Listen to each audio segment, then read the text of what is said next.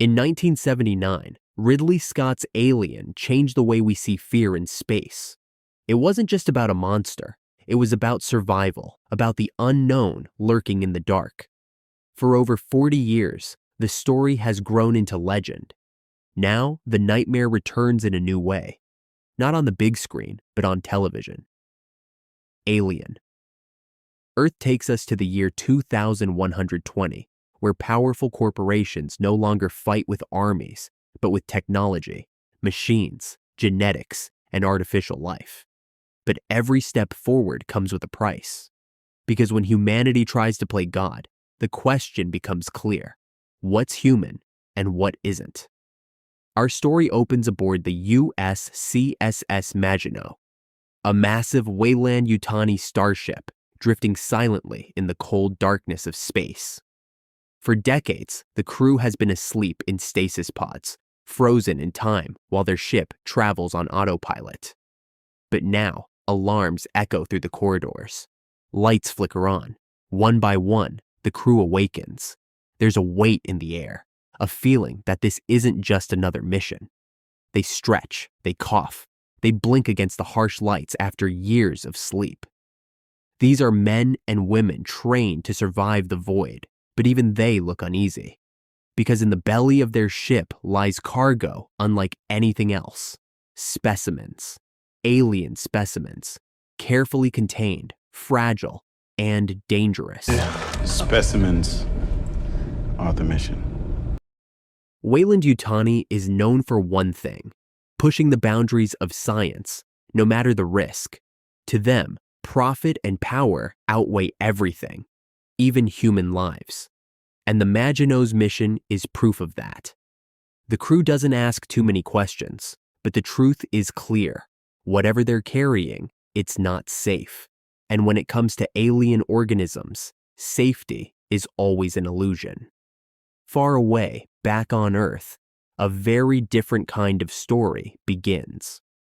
On a secluded island research base known only as Neverland, a young girl named Marcy lies on an operating table.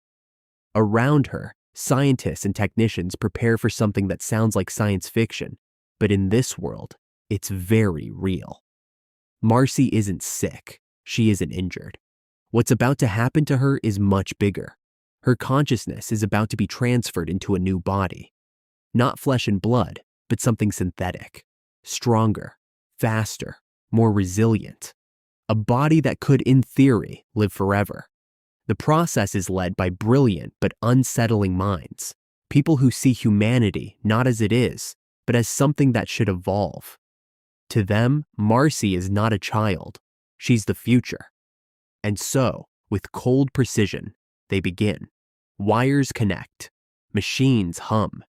The human soul and a machine's body are about to merge. Marcy's transformation is painful, but when it's over, she is no longer Marcy. She is Wendy, the first of her kind. For some, this is a miracle, proof that humanity can outsmart death itself. For others, it's a nightmare, a step too far into playing God. What happens when a child's identity, her very soul, is placed inside a synthetic shell? Is she still human, or has she become something else entirely? As Wendy takes her first artificial breath, somewhere out in the galaxy, the Maginot glides closer to its destination. Two stories, separated by light years, yet connected by one chilling theme. Humanity is experimenting with forces it doesn't fully understand. And as history has always shown us in the alien universe, the moment we think we're in control, that's when the real terror begins. Because in the shadows, waiting for the perfect chance to strike, there is always something else. Something older, something stronger, something that doesn't care about our science, our progress, or our dreams of immortality. The Xenomorph. And though we haven't seen it yet, its presence hangs like a shadow over every moment. We know it's coming. We just don't know when, or who will survive when it arrives. So as the crew of the Maginot prepares for their mission, and as Wendy opens her eyes for the very first time in her new body, one question lingers. How do you fight an enemy that isn't just outside of you, but maybe inside of you as well? The nightmare has only just begun. Check out my next video for the continuation of Alien, Earth Episode 1, where the true horror finally begins. Don't forget to like, subscribe, and stay tuned, because the Xenomorph is closer than you think.